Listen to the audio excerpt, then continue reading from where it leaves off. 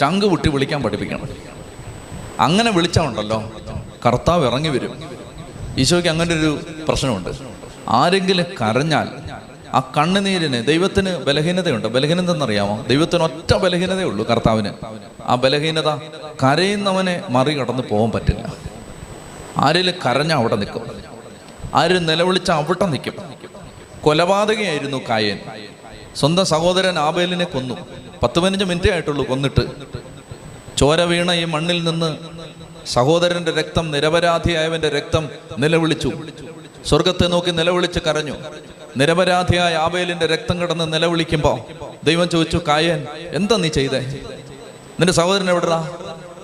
ഞാനാണ് എൻ്റെ സഹോദരന്റെ കാവൽക്കാരൻ.